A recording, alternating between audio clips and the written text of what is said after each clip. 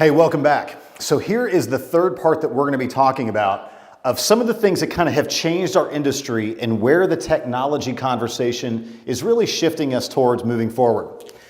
Now, for those of you that have been around in the business for a long time, you remember this, because once upon a time, there was just the agent. And the agent used an MLS book. We got keys from an office. The MLS book, by the way, was printed all the listings and was issued every other week. And if you wanted to go open a house and show a property for a buyer, you had to drive to the brokerage, pick up the keys for that house to go show a house. All of that took forever. And if you think about it, meeting the client's needs, it basically took about every 2 weeks before you could even help a buyer find a property. So the home purchasing process was significantly longer than it is currently. Then shortly after that, we became tech-enabled agents.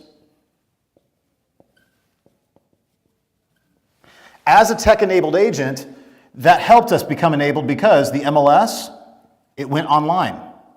Many of you were around for that moment when it happened, when all of a sudden you went and searched for property online.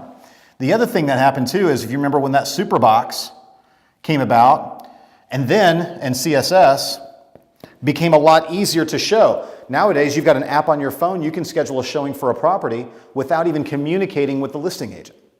That's how fast our ability to meet a customer's needs has improved because of technology.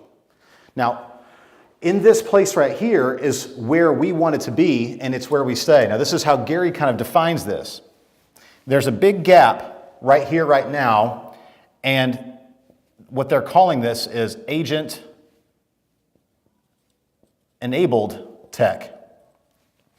And Gary defines agent-enabled tech with companies for example, Zillow, Realtor.com, Redfin, Offers,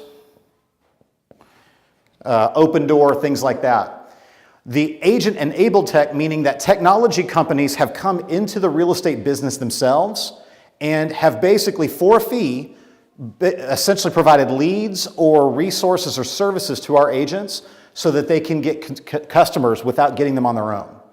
So for those of you that are doing business with some of these companies right now, there's nothing wrong with that. What I want you to understand, though, is who's in control of the lead source. For example, if you're currently purchasing leads from Zillow and that's, say, 60% of your business, if that stopped tomorrow, let's say Zillow decided to do something different, let's say they decided to open their own real estate brokerage, for example, what would that do to your business? That's what we call agent-enabled tech. They are enabling us to stay in business, as opposed to the technology enables us to maintain our clients.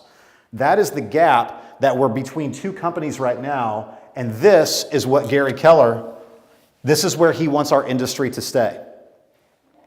So from the agent-enabled tech, then we have also some other companies out there right now that want to just be in tech. There are a lot of technology companies trying to find a way to get into real estate. The problem that all of these technology companies are having, guess what they're missing? They're missing the agent. So here's what we know. The agent, as this person forms right now, many of you know top producers in our industry back in the 80s, before the MLS went online, before we did contracts paperlessly, none of those people did not make the adjustments necessary to stay in the business. And this agent no longer exists.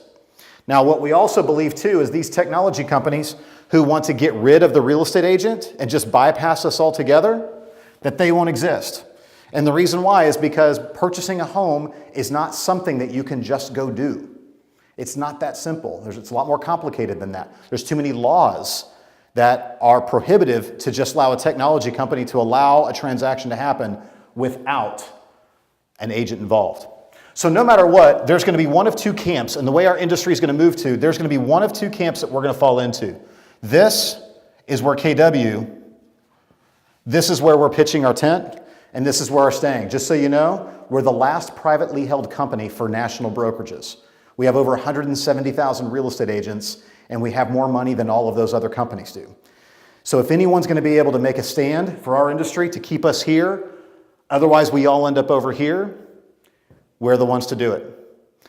Watch the next video. We're going to dig in a little deeper on what exactly all this means to you and to your business, and what is Keller Williams building for you to keep this intact.